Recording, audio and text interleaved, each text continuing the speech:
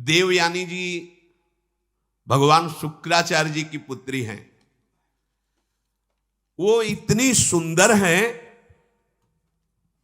कि कोई अप्सरा भी उनसे होड़ नहीं कर सकती, क्योंकि भगवान शुक्राचार्य की पुत्री जितेंद्री, पवित्र, भगवद आराधन संपन्न। बड़ा प्रसंग है, उसको ना लेते हुए हम सारांश में बता रहे। वृषपर्वा की पुत्री शर्मिष्ठा, ये असुर राजकुमारी है। दैत्यराज वृषपर्वा, उनकी पुत्री शर्मिष्ठा, और दैत्य गुरु भगवान शुक्राचार्य, उनकी पुत्री देवयानी बड़े समाज के साथ जंगल में गई हुई थी। एक बड़ा दिव्य सरोवर था, तुलसी में सब राजकुमारियां स्नान कर रही थी। अचानक वहां से कोई महात्मा निकले तो जल्दी में सबने वस्त्र धारण किए। तो शर्मिष्ठा के वस्त्र देवयानी ने, और देवयानी के वस्त्र शर्मिष्ठा। वो महात्मा निकल गए, वहां कोई उनको टिकना तो था नहीं। देवयानी ने देखा कि मेरे पवित्र वस्त्र, देवयानी ने वस्त्र धारण नहीं किया शर्मिष्ठा के। जो महात्मा चले तो देखा कि हमारे वस्त्र राजपुत्री शर्मिष्ठा धारण किए। तो उनका, तुझे पता है मेरे वस्त्रों को स्पर्श करने का भी तेरे को अधिकार नहीं, तूने धारण कैसे कर लिया? तो उनका, ज्यादा मत बोल, इतना गुमान करके मत बोल। जैसे सब सेवक पलते हैं मेरे महाराज से, ऐसे तेरा पिता और तू भी मेरे महाराज के द्वारा ही पोषित है, क्योंकि वो तो राजा है, सारी सेवाएं वही देते हैं। ऐसा नहीं बोलना चाहिए, क्योंकि गुरु पुत्री है, आचार्य पुत्री हैं और सम्माननीय है। पर ऐसा वो बोल गई शर्मिष्ठा। देवयानी ने कहा, तुझे पता है अगर मेरे पिता की दृष्टि बदल जाए तो 2 मिनट में देवता तेरे पिता सहित संपूर्ण राज्य को नष्ट कर देंगे। मेरे पिताजी के भय से ही देवता आक्रमण नहीं कर। शुक्राचार्य मंत्रवेत्ता है। ज्यादा बात बढ़ गई तो राजकुमारी का शासन चलता है। उसने कहा, इस गुरुपुत्री को उठाकर कुएं में डाल दिया जाए। और उस समय वस्त्र धारण नहीं की हुई थी, उनको उसी स्थिति में डाल दिया गया और वो चली गई। उसी समय शिकार खेलने के लिए महाराज ययाति, चक्रवर्ती सम्राट, तो आवाज सुनी। सैनिकों ने बताया कि कोई देवपुत्री है, दिव्य तेज प्रकाशित हो रहा है उनके शरीर से, और दूर से देखा है ऐसा लग रहा है कि शायद वो वस्त्रहीन भी हैं। उन्होंने कहा, तुम लोग दूर जाओ। और स्वयं महाराज ययाति गए और उनको, तो जब हाथ पकड़ के निकाला और अपने वस्त्र से उनको आवेष्टित किया, तो उन्होंने कहा कि हमारी आर्य मर्यादा है, एक बार आपने हमारे शरीर को देख लिया और हमारे हाथ को पकड़ लिया, अब आप हमारे जीवन भर के लिए पति स्वरूप हैं, स्वीकार कीजिए। तो उन्होंने कहा कि देवपुत्री, मैं तो आपका परिचय भी नहीं जानता हूं, आप कौन हैं? तो उन्होंने कहा, भगवान शुक्राचार्य की पुत्री देवयानी। घुटने पे हो गए तत्काल। उन्होंने कहा, इतने बड़े महापुरुष की पुत्री के साथ मैं ब्याह कर सकूं, मेरी सामर्थ्य नहीं, क्योंकि मैं क्षत्रिय कुल में प्रकट हुआ राज परिवार से हूं, और वो तो देवताओं के द्वारा भी वंदनीय है शुक्राचार्य जी। तो उनका, आप निश्चिंत रहो, ये विषय मैं संभालूंगी, पर आप मेरे पति हैं, ये स्वीकार कीजिए। बोले, यदि शुक्राचार्य जी इस पर राजी हैं तो हम ये बात स्वीकार करते हैं।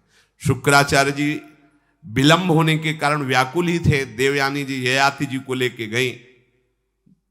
बड़ा प्रसंग है, पर उन्होंने कहा, जब आप राजी हैं तो हम राजी हैं। शुक्राचार्य जी राजी हुए और वृषपर्वा को सूचना दिया कि मैं तुम्हारे राज्य को त्याग कर जा रहा हूं। वो तो तत्काल आकर चरणों में गिरे, महाराज आपके बिना मेरा अस्तित्व क्या है, आप कैसे राजी हो सकते हो? बोले, मेरी पुत्री को दिगंबर करके कुएं में डाल दिया गया, मैं इस अपराध से बिल्कुल तुम्हें माफ नहीं कर सकती। बोले, कोई उपाय? तो बोले, देवयानी बोले। तो देवयानी ने कहा, तुम्हारी पुत्री हमारी दासी होकर चले तो मैं तुम्हें क्षमा कर दूंगी। बोले, बिल्कुल ठीक, तथास्तु। पूरे राज्य की रक्षा के लिए राजकुमारी शर्मिष्ठा को देवयानी की दासी भाव में अब महाराज ययाति के महल पे पहुंचे।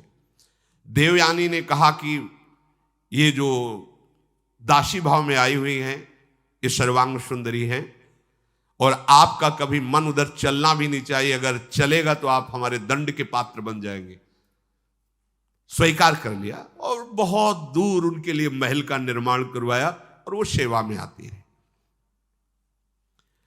कुछ समय के बाद जब देवयानी जी के पुत्र हुए तो वन विहार के लिए अपने पुत्रों को लेकर चली, तो उधर शर्मिष्ठा के 2 पुत्र हो चुके थे, इनको पता भी नहीं था, और वो दौड़ कर आए, ययाति को पिताश्री कह करके आलिंगन किया। छोटे छोटे बच्चे। देवयानी ने कहा कि हमने कहा था तुम्हें देखना भी नहीं है और ये किसके पुत्र हैं। शर्मिष्ठा मुस्कुरा रही थी। देवयानी ने कहा अब तुम्हें दंड देंगी ही देंगी, और चली गई भगवान शुक्राचार्य जी के पास। ययाति भयभीत होकर के गए और शुक्राचार्य से प्रार्थना करे, क्षमा कीजिए मुझसे गलती हो गई। और शर्मिष्ठा से ऐसे नहीं मिले। शर्मिष्ठा ने कहा था कि आप जानते हैं कि मैं दासी नहीं हूं, मैं राजकुमारी हूं, ईर्ष्यावश दासी बना करके लाई गई हूं, और मेरी सखी के पति हो इसलिए आप मेरे भी पति हो, मेरा अधिकार है आपसे संतान उत्पन्न करने का, शास्त्रीय सिद्धांत है। शुक्राचार्य जी ने कहा कि जो देवयानी कहेंगी वही हम मानेंगे, क्योंकि मेरी पुत्री है। क्या चाहती हो? तो बोले पुरुषत्व से इनको हीन कर दो। गुस्सा में आके शुक्राचार्य जी ने कहा तथास्तु। उसी समय महाराज ययाति पुरुषत्व से हीन हो गए और वृद्धावस्था छा गई शरीर में। अब ययाति ने कहा अब सुखी रहोगी तुम। तब देवयानी को भी होश आया कि ये तो क्या हमने अपना ही सर्वनाश कर लिया। कहा पिताजी अब इसका सुधार कैसे होगा? तो बोले जो पुत्र अपनी यौवन अवस्था दे देगा वही यौवन अवस्था इनके ऊपर आ जाएगी, वृद्धावस्था उसके पास चली जाएगी। महाराज ययाति ने अपने बड़े पुत्र यदु जी से कहा, तो उन्होंने कहा इसका प्रयोग कहां होगा? मां के साथ कदापि नहीं। मेरी यौवन अवस्था का प्रयोग मेरी मां के साथ कदापि नहीं, क्योंकि वो बड़े ज्ञानी महात्मा, इन्हीं के वंश में भगवान श्री कृष्ण का प्रादुर्भाव हुआ, इसलिए यदुवंशी कहे गए। सबसे छोटे, शायद उनका नाम पुरु ऐसा कुछ, उन्होंने कहा यह जीवन पिता का दिया हुआ है, इस पर पूरा अधिकार है, आप स्वीकार कीजिए। तत्काल वो वृद्ध हो गए, वो जवान हो गए। कई हजार वर्ष तक उन्होंने अपने पुत्र की आयु का विषयों में सेवन किया। फिर उनके मन में एक दिन बहुत घृणा हुई, धिक्कार है मेरे जीवन को और धिक्कार है इस भोगा शक्ति को। अपनी आयु तो गंवा ही दी, अपने पुत्र की भी आयु गंवा दी, फिर भी वैसे ही भोग वासना। तो उन्होंने सबको शिक्षा देने के लिए बात कही, यत् पृथिव्यां व्रीहि यवं हिरण्यं पशवः स्त्रियः न दुह्यन्ति मनः प्रीतिं पुंसः कामः तस्यते न जातु कामः कामानाम् उपभोगेन साम्यति हविषा कृष्णवर्तमेव भूय एवाभिवर्धते यदा न कुरुते भावं सर्वभूतेष्वमङ्गलं समदृष्टेस्तदा पुंसः सर्वा सुखमया दिशा या दुस्त्यजा दुर्मति भीर्जीर्यतो या न जीर्यते ताम तृष्णा दुख निवहाम शर्म कामो द्रुतम त्यजेत। जिसका हृदय काम से व्याकुल हो गया है उसको त्रिभुवन की सारी सुंदरी स्त्रियां दे दी जाएं, जौ धान्य स्वर्ण पशु सब वैभव, तो भी वो कभी तृप्त नहीं हो सकता। ये महाराज ययाति का अनुभव। त्रिभुवन की विषय भोग भोगने से भोग वासना शांत नहीं होती, वरम और प्रबल हो जाती है। जैसे घी की आहुति डालने पर आग भड़क उठती है, वैसे ही भोगों को भोगते हुए रहने पर भोग वासनाएं प्रबल रूप धारण कर लेती है और वो इतना कमजोर हो जाता है कि सोचता है मैं इसके बिना जी नहीं सकता। जब मनुष्य किसी भी प्राणी से राग कर बैठता है तो उसके हृदय की सामर्थ्य नष्ट हो जाती है। किसी भी, देखो ना, छोटे छोटे नशाओं में इतना हम आसक्त हो जाते हैं, अब हम इसके बिना जी नहीं सकते, किसी भी वस्तु का जब हम भोग करते, इसके बिना जी नहीं सकते। इसलिए सबको संदेश महाराज ययाति देते हैं, यदि तुम अपनी कामना को शांत करने वाले, रोकने वाले बन गए तो 10 दिशाएं तुम्हारे लिए सुखमयी हो जाएंगी। विषयी पुरुष को तृष्णा रात दिन जलाती रहती है, बहुत भोग भोगने पर भी वो कभी शांति या तृप्ति प्राप्त नहीं कर पाता। इसलिए जब हम भगवत मार्ग में चलते हैं तो ये तृष्णा और कामना ये डाइन की तरह हमारे हृदय में लगी रहती है। तृष्णा, भोगे हुए भोग को बार बार भोगने की इच्छा। कामना, सुने हुए देखे हुए भोगों को भोगने की इच्छा।